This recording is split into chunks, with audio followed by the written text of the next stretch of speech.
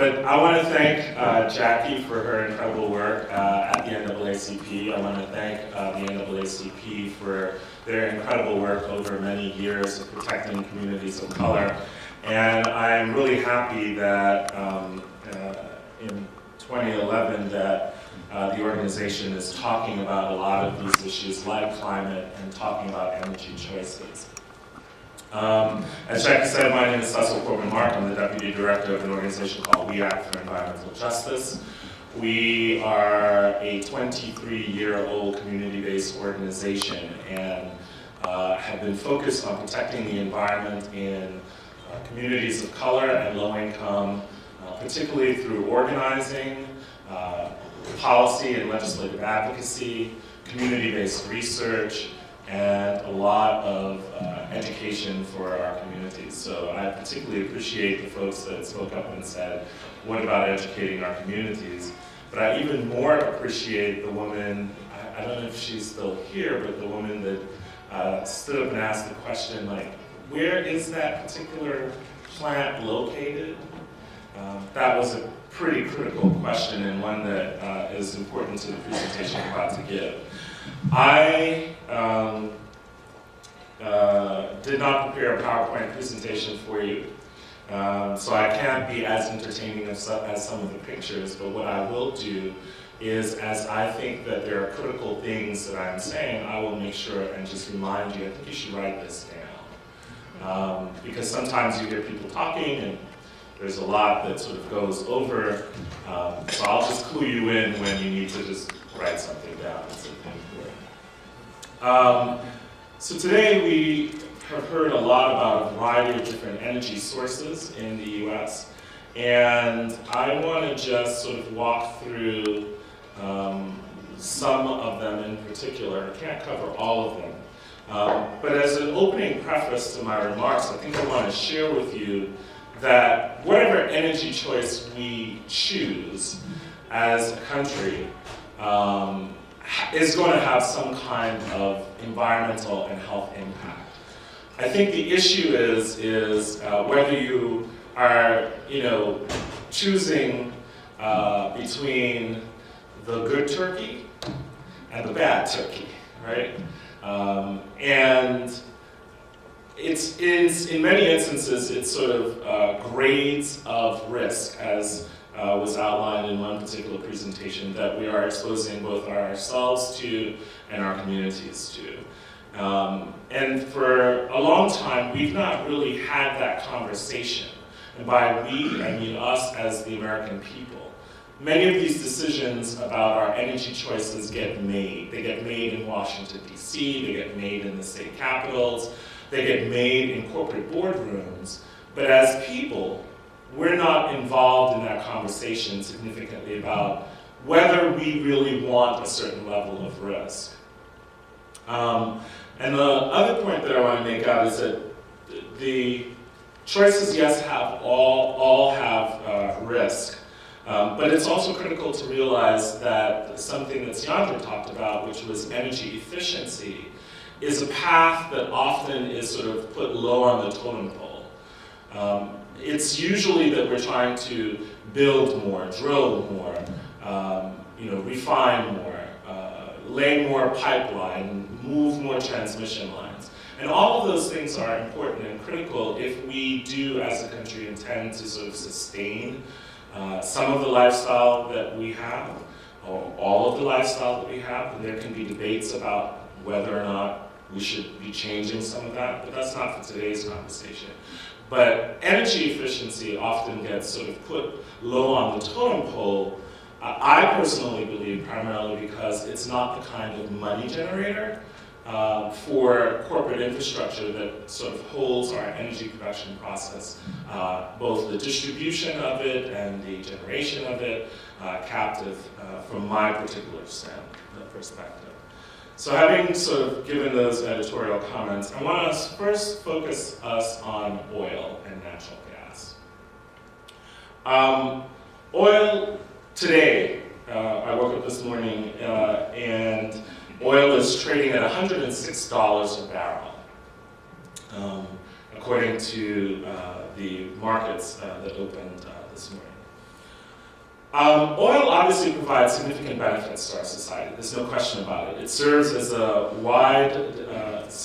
wide diversity of ways. It includes transportation, heating, electricity, industrial applications, and it actually, yes, does provide a significant number of jobs in our economy. It is high energy density, abundant fuel. Some may argue about its abundancy, particularly in the United States, but it's abundant in the world, and access to it is still relatively easy. It's easy to transport and store, and it's very versatile. Oil is also the most valuable commodity in world trade. There's nothing that rivals it. It's black gold, that's what they call it, right? And one of the things that you should know walking out of here is that roughly about $2 billion a day change hands in petroleum transactions. $2 billion a day. So that's something you should write down. Secondly, the second thing that you should know is that taxes from oil are a major source of income for many governments, including our own, around the world.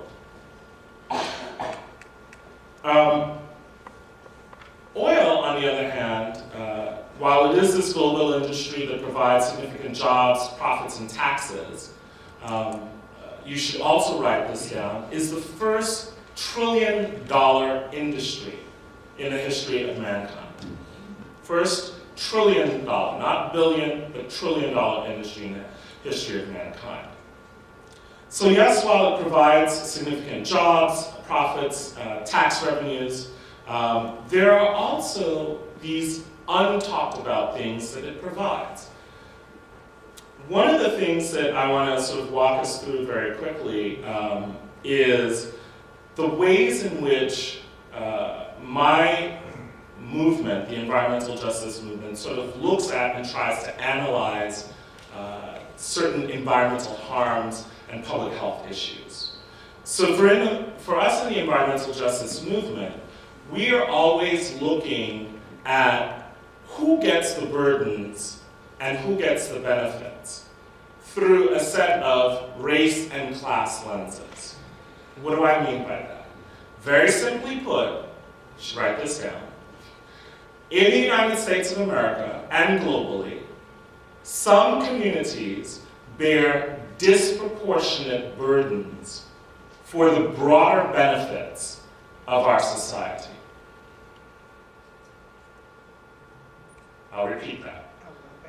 In the United States and across the world, there are some communities that bear disproportionate burdens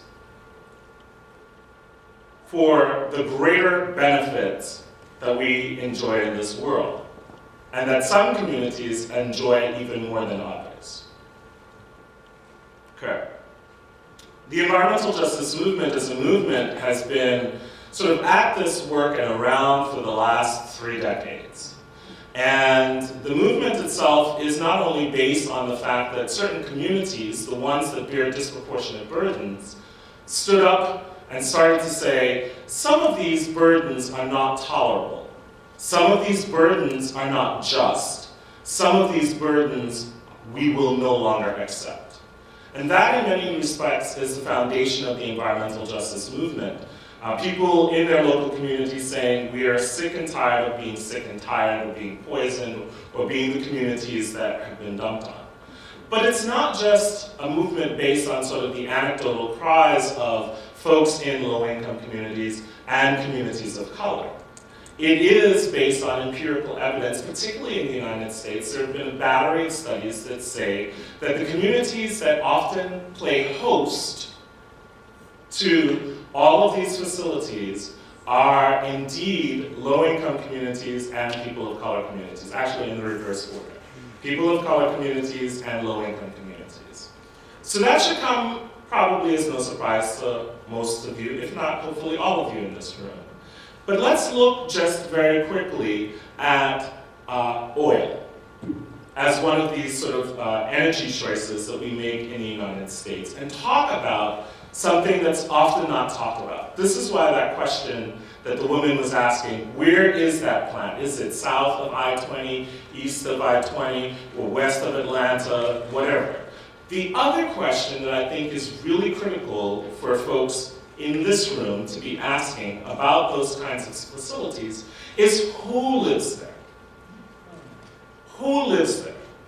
And then the third question, after you've established who lives there, is what are the health impacts that they are experiencing as a result of those facilities and that production process being there?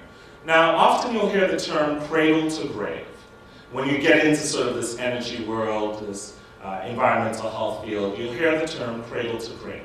And what people mean when they say cradle to grave is that they're actually talking about, if we talked about oil, the cradle is the process of getting the oil from its source, whether it's out of the ground on land or out of the ground on the water. Okay, so that's the cradle.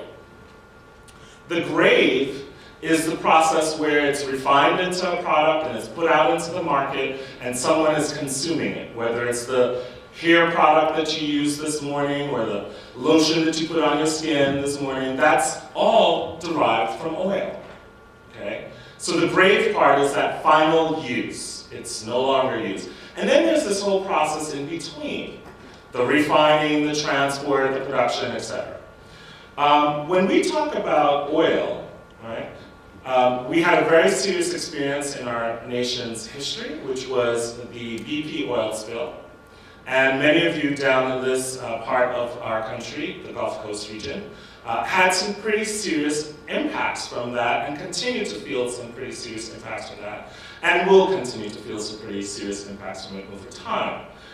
But one of the things that I think and I hope that the BP oil spill demonstrated is that while we think government is really regulating, and some people think government is over-regulating, when we really need them is in that time of crisis. And what happened? They weren't that well regulated, my perspective. That lack of regulation also leads to a lack of enforcement. A lack of enforcement in particular communities can lead to very serious health consequences. There have been studies that documented that, and I'm running out of time, but there have been studies that have documented that the lack of enforcement is particularly egregious in communities of color and low income. And you can talk to me about them afterwards.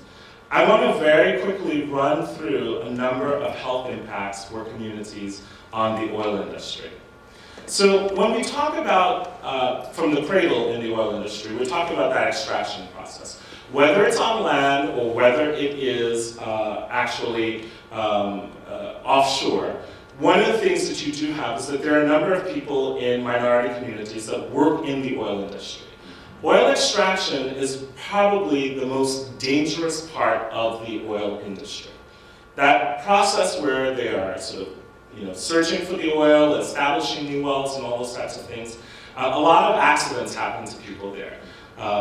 But you also have, even after the wells are well established, as in the case of the BP oil spill, there are accidents that can happen that can lead to catastrophe. The loss of life, obviously the greatest human health impact.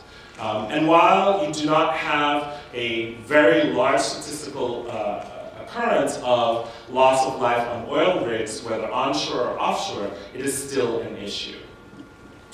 When it comes to the actual transport of oil, another segment of the oil industry, oil is transported by pipeline and it's also transported by oil tanker. It can also be transported by the sea-bearing oil tankers, but I'm talking about the trucks. A lot of the trucks that move usually from refineries are diesel trucks. And when you have a refinery operation and oil either going through the pipeline or coming out in trucks, I want to focus on the trucks, the movement of oil through our neighborhoods with trucks is a significant contributor to particulate matter. What's particulate matter? It's a trigger for asthma. A lot of our communities suffer disproportionately from respiratory illnesses, asthma chief amongst them. So if you have an oil refinery or production process in your neighborhood where there's oil transport going on, usually by truck, you will actually have significantly high levels of asthma or respiratory illness. In terms of the actual refineries being in the communities as well, refineries are not only producing oil, but they're also putting out toxic pollutants into the air through the process. They are such a significant polluter that the Environmental Protection Agency, the nation's environmental steward, which is also responsible for public health, ranks them amongst the highest violators for something called the Clean Air Act. They are also being focused on this year through something called the New Source Performance Standards that the EPA is undertaking to look at regulating greenhouse gases. But the point here is that refineries put out a significant amount of toxins into the environment.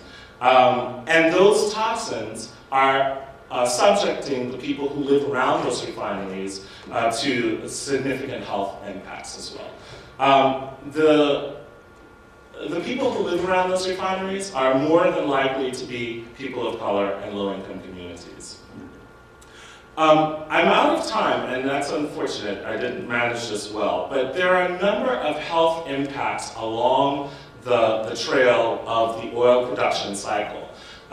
Whether you are talking about sort of air pollution from refineries or from the trucks that transport the oil, whether you're talking about loss of life in terms of explosions, whether you're talking about communities that are dealing with sort of psychological effects from having these facilities in their communities, there are a number of different types of public health effects that can actually occur. I had wanted to talk about coal and natural gas, but we can do some of that in the questions. But that construct that I tried to lay out for you, from cradle to grave, mirrors itself in all of these energy choice cycles. So wherever you have the production of the energy, the extraction of the energy, you can potentially find certain health impacts. And in coal, it's very significant as well. In this new Marcellus shale natural gas, this is a new and evolving area. In the last decade, we've got more natural gas from Marcellus shale, but there are impacts there as well. And I hope we get to talk about them. When we talk about, even in solar production, there are issues there as well. And the chemicals that are used for the solar panels themselves in some forms of solar panel production are highly toxic chemicals. I think the question that we need to be asking ourselves is, who lives around these production facilities? Who lives around the disposal facilities? What are the health impacts that they are? And can we have a more open and frank discussion and be more engaged about the choices of risk that we expose our communities to? And with that, I'll stop. I hope I come back to be able to talk about IGCC and some other things as well.